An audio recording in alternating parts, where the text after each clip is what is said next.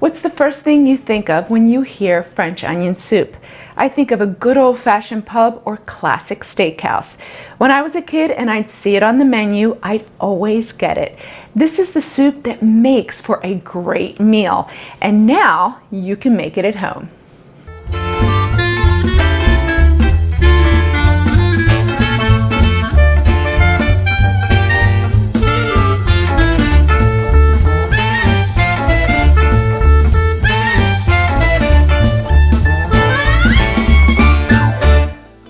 Hey guys, so today we are making good old-fashioned classic French onion soup.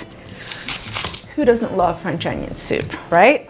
So first to get started, I'm melting some butter in my Dutch oven. So your Dutch oven is a heavy cast iron 6-quart pot. Here I have a 6-quart. You could use any heavy bottom pan, but one that can start on the stove and finish in the oven.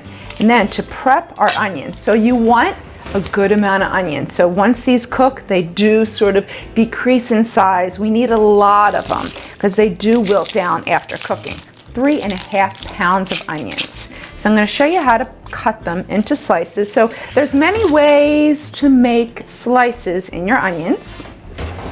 Here's how I like to make mine. You could slice them this way and you'd have stringy slices, or you can cut them in half from the root down to the tip in half. Then turn them the opposite way and then cut slices. These slices are a little more hearty. They almost look like little moons, and I just love their shape. I love their mouthfeel because they are a little bit heartier than stringier cutting them the other way. Something so simple as the way you would slice an onion, you think, does that really make the difference? It does make the difference. Here I went ahead and cut all these onions into those beautiful little half-moon slices. It's a lot of onions, right? Well, once this butter melts, we're gonna add it into the pot and cook them. So we wanna cook these for a pretty long time. These are Spanish onions, or sometimes they're referred to as yellow onions. You don't want sweet onions, and the reason being is there is a lot of natural sugar in those sweet onions, and they cannot withstand a long cooking time. They turn into mush. But your Spanish onion, your yellow onions will hold up. They don't have as much sugar. So into the pot they go. Look how many onions we have, right? These will cook down. So you just want to toss them evenly into all the butter. So we have our heat about medium-high heat. Once we get that temperature up and get them evenly coated, I'm going to reduce the heat to medium-low, cover it, and let them soften for about 10 minutes. What do we love about French onion soup the most? We love that fancy crock. We love that cheesy gooiness on top, but what's underneath that cheese? A perfect crostini, garlicky crostini, and that's what we're making here. So I have one baguette. You want to cut it crosswise, and you want the slices to be rather hearty. So we have about 3/4 inch, because when we top it on top of soup, we don't want them to completely disintegrate and get mushy.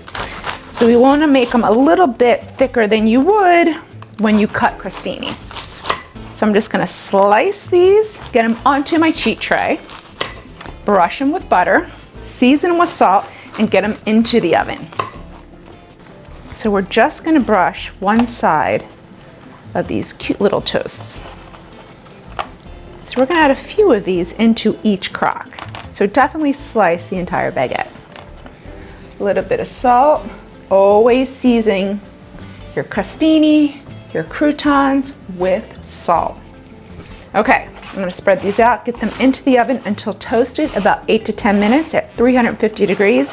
When they come out of the oven, we're going to brush it with 1 clove of garlic. So that's going to infuse garlic flavor. So it's been 10 minutes. Look how much they decreased in size.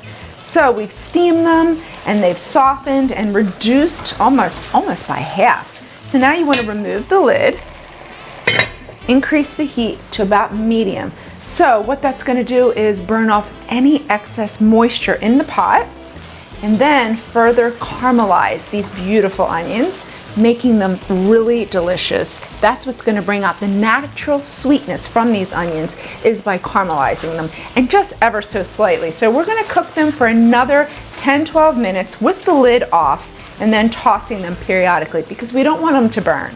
So you do need to give them a little toss. Our crostini is beautifully toasted, so while they're hot, just be careful. You want to take that 1 clove of garlic and then brush the tops. So that will infuse just the right amount of garlic flavor. Then we're going to set these aside to cool while we finish our soup. So here's why you want a Dutch oven or a heavy bottom pot.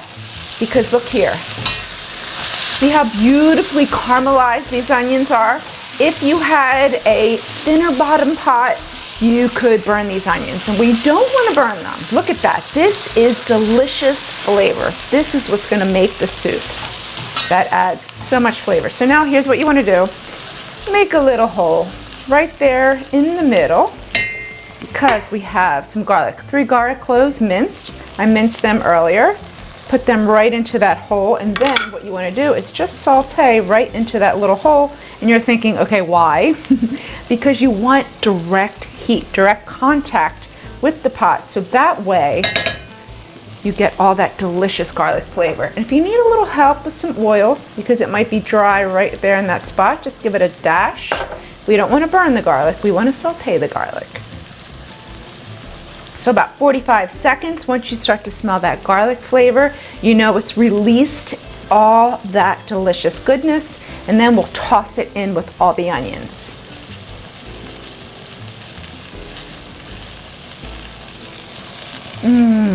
Come on, very simple. We have onions, garlic, butter, and this kitchen smells heavenly. Okay, so there's little brown bits in the bottom of the pot from sauteing our onions. We now want to deglaze this pot and break up those little brown bits to build good flavor in this soup. About a half a cup of a good white wine. So you want to reduce this by half. You want to burn off the alcohol. You want to reduce and concentrate all the sugars from the wine. Okay, we are reduced. And then I like to add 2 different stocks. So we have chicken stock and beef stock. So the reason why I like to add chicken stock versus all beef stock is I really love the flavor of chicken stock. I find that it is much more flavorful than adding all beef. And to give it a little extra beef boost, Worcestershire, which really makes the difference. I tested it with it and I tested it without it, and just that little bit, wow, really made the difference. It gives it just sort of a meatier flavor. All right, so we're gonna season this with salt and pepper. Add a little bundle of thyme, which I tied a little butcher's twine right around there. That way it makes it easy to fetch it out the end. I'm gonna increase the heat to medium-high, bring it to a slight boil. And the reason why you want to do this now here on the stove is that way it catches up to the heat of the oven before we add it in there. Okay, so you can see we brought it up to temp. And look, as much as you thought maybe we had too much onions, not too much onions at all. That ratio with the broth to the onions is perfect. So now you just want to cover it. Turn off the heat into the oven. So I reduced the oven's temperature to 300 degrees. We're going to place this into the oven to let all these flavors combine for about 45 minutes. So it's been 45 minutes in the oven.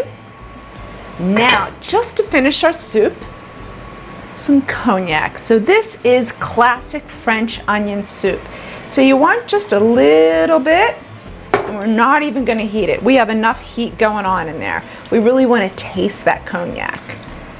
And then we want to remove our thyme bundle before we start ladling our soup into our heat-safe bowls. So you definitely want heat-safe bowls because we're going to take this under the broiler. We have to melt that cheese. So fill your crocks up. You could also use ramekins, anything heat-safe. Fill them up 3/4, about 3/4, 2/3 of the way up. We got to make room for those little crostinis that we made earlier.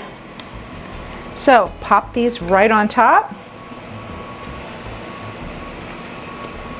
And then earlier I went ahead and grated, freshly grated Gruyere cheese. Again, this is all classic. This is about a half a cup. If you love it overloaded, overload it.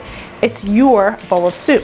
So I'm gonna get this under the broiler and let the cheese melt for about 3 to 5 minutes. Did you see these beautiful crocks? So they're really, really hot. This is delicious, classic French onion soup that you made at home. All right, let's give it a taste.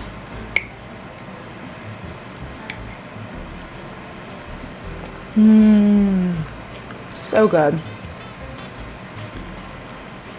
Good old-fashioned classic French onion. That Worcestershire gives it an extra boost of beefiness. The crostini are perfect. They're still holding up because we toasted them, and that cheese is just enough. For this recipe, head over to the newspaper's website. I'm Shereen with Cook This. Thanks for joining me. I'll see you next time.